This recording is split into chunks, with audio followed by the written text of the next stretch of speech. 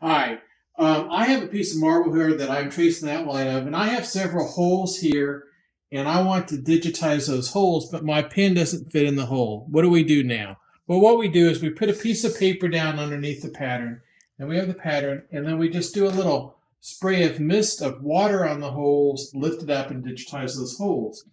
So I don't have any water, but I have here olive oil. Let's spray some olive. It worked about the same. Let's spray those olive oil in those holes, and then let's lift the part up. And there's those holes for digitizing. I've told my software I'm going to do 3-point holes. I've set the diameter, they're 3/8 of an inch, and then I just come in and digitize those oil stains or water stains as 3 points, and I will get a great circle in my screen.